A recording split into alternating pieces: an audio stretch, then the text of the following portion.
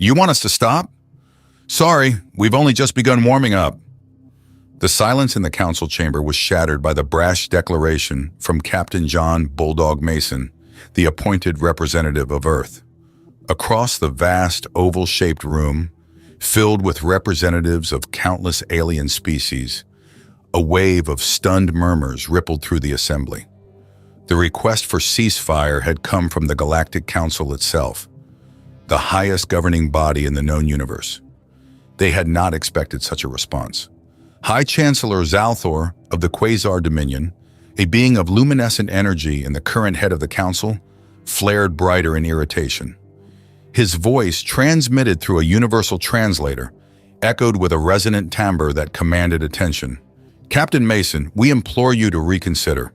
The conflict has already reached unprecedented levels of destruction. We summon this meeting to negotiate peace. Captain Mason leaned back in his chair, a rugged smirk playing on his lips. His casual demeanor was a stark contrast to the meticulous decorum of the council. Destruction? You've seen nothing yet. Earth only just united under one banner. This was the first time we've had a common enemy, and I gotta say, it's been quite the bonding experience. From the side, the Martian ambassador Clix, a bipedal insectoid with a chitinous exoskeleton, clicked his mandibles anxiously. Humans, this war has cost trillions of lives. Entire systems are in ruin. Surely there must be a better way to channel your vigor? Mason's eyes narrowed, the smirk never leaving his face. Look, Ambassador, I appreciate the concern, but you don't get it. For centuries, humanity fought amongst themselves. We were tearing each other apart over land, resources, beliefs. When you guys showed up, it was like a godsend. Suddenly, we had a common goal, a reason to push beyond our limits. And let me tell you, there's nothing more dangerous than a species with something to prove. The council members shifted uneasily. The representative from the Verdant Collective, a gaseous life form contained within a floating sphere, pulsated with fluctuating colors. Captain Mason, we understand the historical context. However, the continuation of this conflict poses a threat to the stability of the entire galaxy. We must find a resolution. Mason chuckled, a sound that resonated with a mix of amusement and menace. Resolution? The only resolution we see is total victory. Our scientists are working around the clock. Our factories are churning out war machines, and our soldiers are itching for battle. You want peace? Convince the Krivaxian Empire to surrender.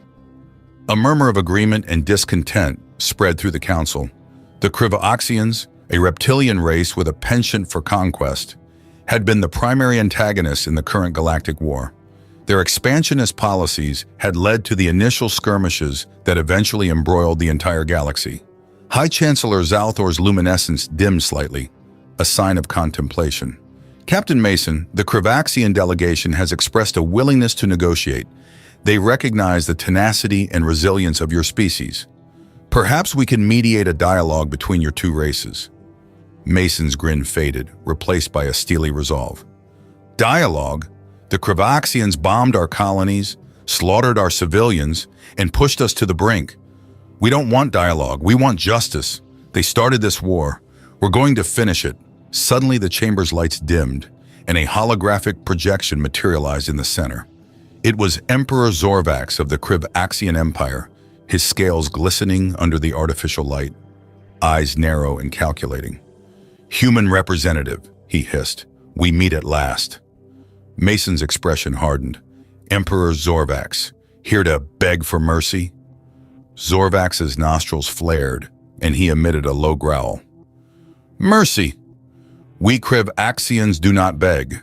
We have fought for millennia, long before your kind crawled out of your primordial seas. But we recognize a formidable opponent when we see one. We propose an armistice. The room fell silent. All eyes were on Mason, waiting for his response. He stood up, his presence commanding the attention of everyone in the chamber. Armistice? You mean a temporary pause so you can regroup and hit us again? Not happening. You either surrender unconditionally, or we continue until one of us is wiped out. Emperor Zorvax's eyes blazed with anger. Do not underestimate us, human. We have resources and allies you cannot fathom. A continued war will only bring mutual destruction. Mason leaned in, his voice cold and unyielding. We've been underestimating ourselves for too long. This war has shown us what we're capable of. So if mutual destruction is what it takes, then so be it. But make no mistake, we will not stop until we've achieved total victory. The council chamber erupted into chaos, voices overlapping as representatives argued, pleaded, and debated. High Chancellor Zalthor's voice boomed over the cacophony. Order! We must maintain order! Captain Mason remained standing, his gaze locked on Emperor Zorvax. Your move, Emperor. We can do this the easy way or the hard way. Zorvax's image flickered, his expression inscrutable. Very well, human. If it is war you seek, war you shall have. But know this, the Krivoxian Empire will not fall easily. With that, the hologram vanished, leaving the council chamber in stunned silence. High Chancellor Zalthor turned to Mason, his glow dimmed to a somber hue. Captain Mason, you must understand the gravity of the situation. The galaxy cannot endure endless war. Mason nodded, his expression resolute. I understand perfectly, Chancellor, but humanity has finally found its purpose, and we're not about to let go of it. As the council adjourned, the representatives filed out, leaving Mason standing alone in the vast chamber. He took a deep breath, the weight of the galaxy's expectations pressing down on him. But he felt no fear, no doubt, only the burning determination of a species that had found its calling in the crucible of war. The battle for the galaxy had only just begun, and humanity was ready to fight until the bitter end. In the days following the heated council meeting, Captain Mason returned to the command ship of the Human Expeditionary Fleet, the USS Resolute. Docked at the edge of a massive asteroid field in a strategic position, the Resolute served as the nerve center for humanity's war efforts. Mason's return was met with salutes and brisk reports from his officers, but his mind was already focused on the next steps. The war room aboard the Resolute was a hive of activity. Holographic displays projected the current state of the galaxy, highlighting conflict zones, fleet movements, and intelligence reports. Mason stood at the center, flanked by his key officers, Admiral Thomas Wright, a seasoned tactician, and General Marcus Hayes, commander of the ground forces. Admiral Wright, with his grizzled features and piercing eyes, tapped a control panel, zooming in on the Krivoxian home system. Captain, we've identified a weakness in their defenses. Their main shipyards in the Yorva Nebula are heavily fortified, but their supply lines are vulnerable. If we can disrupt their logistics, we can cripple their ability to build and repair their fleet. General Hayes nodded, his muscular frame seeming to embody the relentless strength of humanity's ground forces. Our troops are ready for a coordinated strike. We've trained for this. Hit them hard, and they won't know what hit them. Mason studied the holographic display, his mind racing through the possibilities. We need to be swift and decisive. If we can cut off their supply lines, we'll force them into a defensive stance. But we also need to be prepared for their retaliation. They won't take this lying down. Admiral Wright pointed to a section of the hologram. Our intelligence suggests that the Krivoxian fleet is massing near the Draken Belt. We could be looking at a significant engagement there. If we strike their supply lines, they might pull back to defend them, giving us an opening. Mason's eyes gleamed with determination. All right, we launch Operation Severance. Admiral, you coordinate the fleet movements. General, prepare your men for deployment. We strike at dawn. As the officers dispersed to carry out their orders, Mason took a moment to gaze out of the viewport at the vast expanse of space. Humanity had come a long way from its humble beginnings. Now they were on the brink of reshaping the galaxy. There was no turning back. Hours later, the fleet was assembled and ready. The Resolute led a formation of battleships, cruisers, and support vessels, all poised for the attack. Mason stood on the bridge, his presence a steady anchor for his crew. The tension was palpable, but so was the resolve.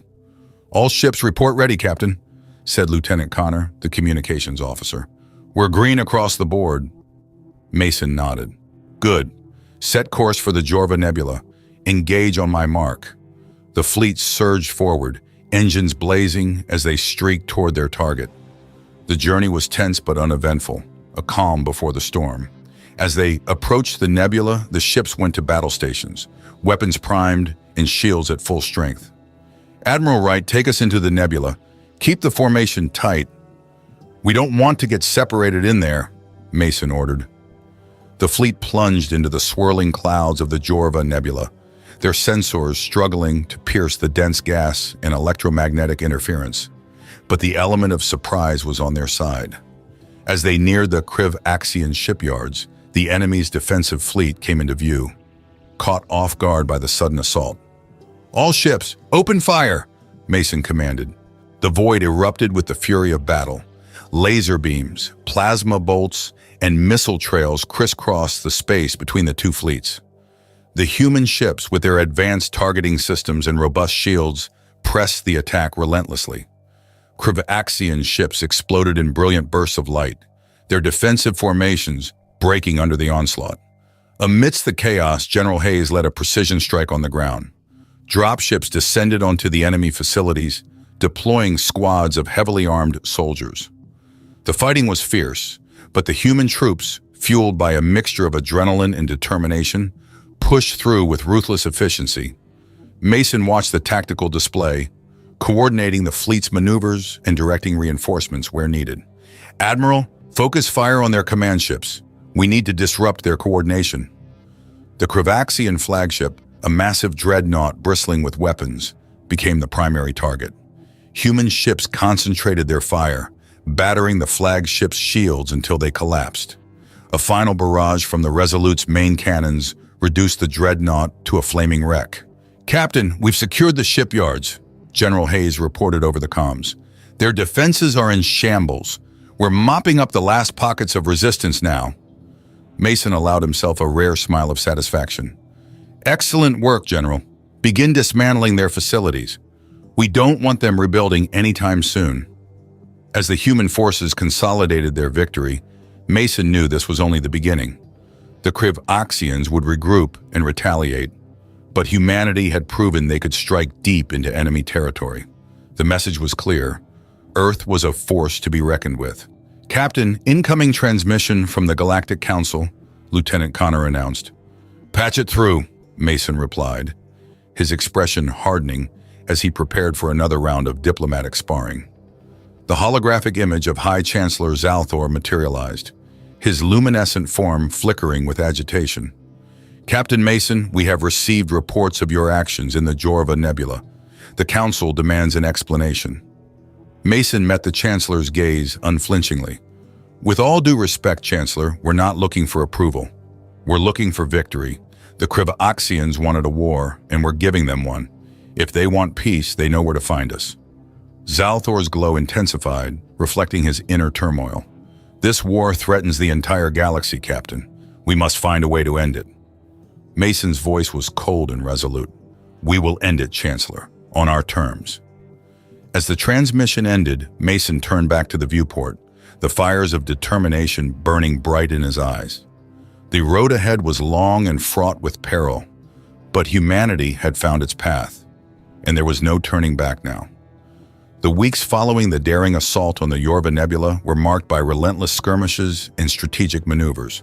The human expeditionary fleet, now emboldened by their victory, continued to press the Kriv-Axian Empire on multiple fronts. However, the war was far from over, and the Kriv-Axians were regrouping for a counteroffensive. Captain Mason stood on the bridge of the USS Resolute, overseeing the latest reports. The human forces had made significant gains, but the cost was high. Every victory brought them closer to a final confrontation that would decide the fate of the galaxy. "Captain, incoming transmission from Admiral Wright," Lieutenant Connor announced. "Put him through," Mason replied. The holographic image of Admiral Wright appeared, his expression grave. "Captain, our scouts have confirmed a massive Kriv-Axian fleet amassing near the Draken Belt. They're preparing for a decisive strike." Mason's jaw tightened. "How many ships are we talking about?" "At least 3 times our number. They're throwing everything they've got at us," Wright replied.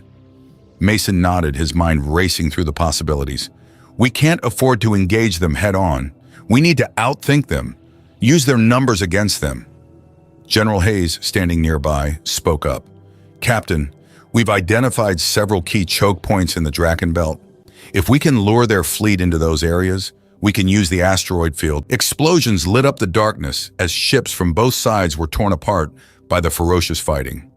All units fall back to the primary choke point, Mason ordered. Admiral, have your cruisers ready to flank them once they're in position. The Krivaxians, driven by their superior numbers and desire for revenge, pushed deeper into the asteroid field. As they converged on the human fleet's apparent position, the trap was sprung. Human ships emerged from hiding, attacking from multiple angles and creating confusion in the Krivaxian ranks. Now, Admiral, Mason commanded. Admiral Wright's cruisers swooped in from the flanks, cutting off the Krivaxian retreat and trapping them in a deadly crossfire. The asteroid field, once a treacherous obstacle, became a weapon in the hands of the human fleet. Krivaxian ships collided with asteroids and each other, their formations crumbling under the relentless assault. Amidst the chaos, Mason received a direct transmission from Emperor Zorvax. The reptilian leader's visage filled the screen, his eyes burning with fury. Mason, you dare to challenge the might of the Krivaxian Empire? You will be destroyed. Mason's expression was one of cold resolve. Your empire's days are numbered, Zorvax. Surrender now and we might spare what's left of your forces. Zorvax's response was a guttural roar. Never! We will fight to the last! The transmission cut off and Mason turned to his crew. All units, focus fire on their command ships. Break their will to fight. The battle raged on, but the outcome was becoming clear. The Krivaxian fleet, despite their superior numbers, was outmaneuvered and outgunned. One by one, their command ships were destroyed, leaving the remaining forces in disarray. As the last of the Krivaxian ships either fled or were destroyed, a sense of quiet triumph settled over the human fleet. The battle had been won, but the war was not over. Captain, we have an incoming transmission from the Galactic Council, Lieutenant Connor announced. Patch it through, Mason said, bracing himself. High Chancellor Zalthor's holographic image appeared, his luminescent form now dimmed with a mix of resignation and hope. Captain Mason, the Council has witnessed your actions. The Krivaxian Empire is in disarray. We implore you to consider a ceasefire. Mason took a deep breath. Chancellor, we did not come this far to leave the job half done. The Krivaxians need to understand that their days of conquest are over. Zalthor's voice was calm, almost pleading. Captain, think of the lives that can be saved. The galaxy has suffered enough. Let us negotiate a lasting peace. Mason glanced at his officers, seeing the weariness in their eyes. They had fought bravely, but the toll of war was undeniable. He turned back to Zalthor. We'll consider your proposal, Chancellor, but know this, if the Krivaxians ever threaten us again, we will be ready. Zalthor's form brightened slightly, a sign of hope. Thank you, Captain. The Council will work to ensure a fair and lasting peace. As the transmission ended, Mason addressed his crew. Prepare for the next phase. We may have won this battle, but the future of the galaxy will be shaped by what we do next. The crew nodded, their spirits lifted by the promise of peace. Mason looked out at the stars, the weight of his decisions pressing down on him. Humanity had proven its strength, but now it was time to prove its wisdom. The road to peace would be long and difficult, but Mason was ready. They had come too far to falter now. With resolve and determination, humanity would carve its place in the galaxy, not just as warriors, but as champions of a new era.